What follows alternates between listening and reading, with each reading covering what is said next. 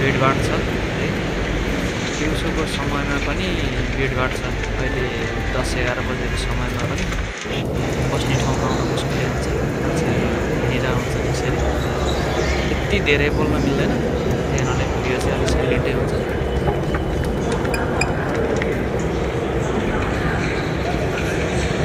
त्यस्तै छ। डबल खिच्नु पऱ्यो भने यो डबलमा चाहिँ अलिक राम्रो आउनु जान्छ। डबल भिडियो बनाउँदाखेरि चाहिँ त्यति नराम्रो आउँदो रहेछ। आफ्नो त्यसमा नआउने पछाडिको पनि राम्रोसँग आउँछ। त्यस्तै हाफ मात्रै आउँदो रहेछ त्यसमा चाहिँ के भएको छ। यो चाहिँ स्यामसङ S25 बाट खिचेको भिडियो हो मैले। डबल क्यामेरा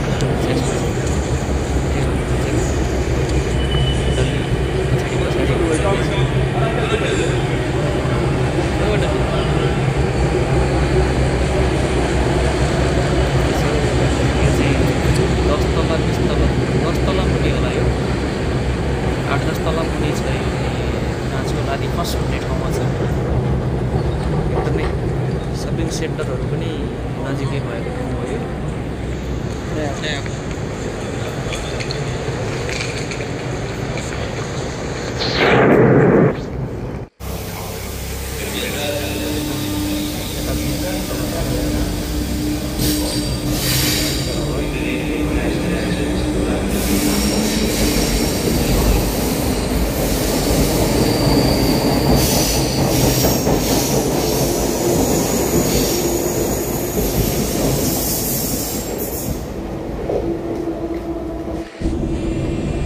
राम्रो छ है बाहिरको भ्यूजहरू,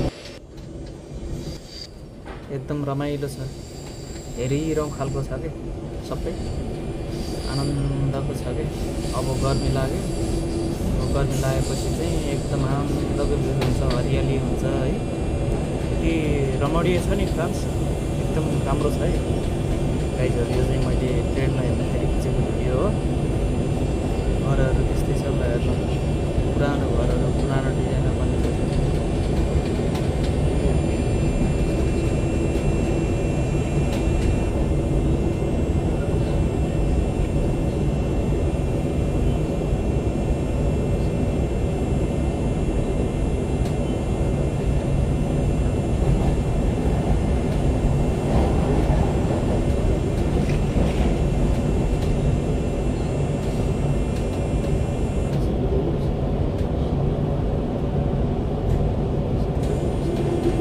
Universitaire.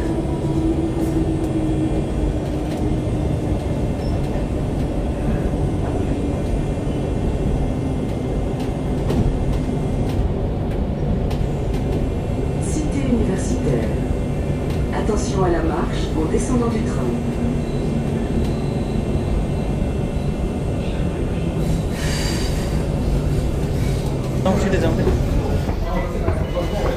यस्तो अन्डरग्राउन्डबाट निस्किँदैछौँ हामी। ल कहाँ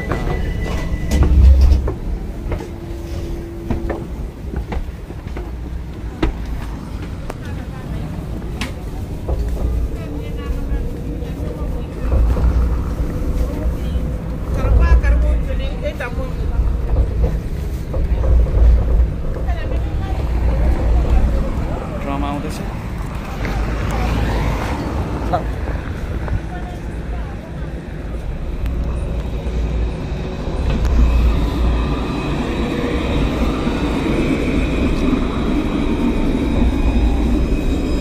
यसमै हो हामी।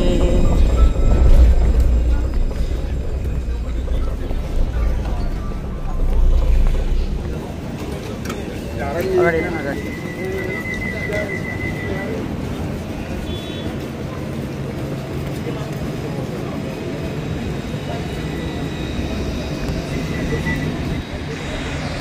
यो थियो मैले डबल गरेको थिएँ भिडियो, यसो डबल गरेर हालेको थिएँ। अब यो चाहिँ हामी झर्ने क्रममा यहाँको देखेको बिल्डिङहरू हो। यता यो चाहिँ ट्रम 9 भन्छ। ट्रम 9 पर्छ। राति चाहिँ एकदमै झिलिमिली हुन्छ यो, राति चाहिँ एकदम झिलिमिली हुन्छ यो। र यो आयो ट्रम 9 को रातिको है। यो चाहिँ यति रमणीय देखिन्छ, यति लाइटिङ एकदम राम्रो छ होइन, झिलिमिली देखिन्छ कि। कति मजा छ क्या हेर्दाखेरि पनि यस्तो दामी देखिन्छ पुरै उज्यालो भएर हिँड्छ यो चाहिँ ट्रम 9 हो यो चाहिँ फ्रान्सको पेरिस यस्तो रमाइलो छ होला हेर्नुहोस् राति पनि यस्तो राम्रो हुन्छ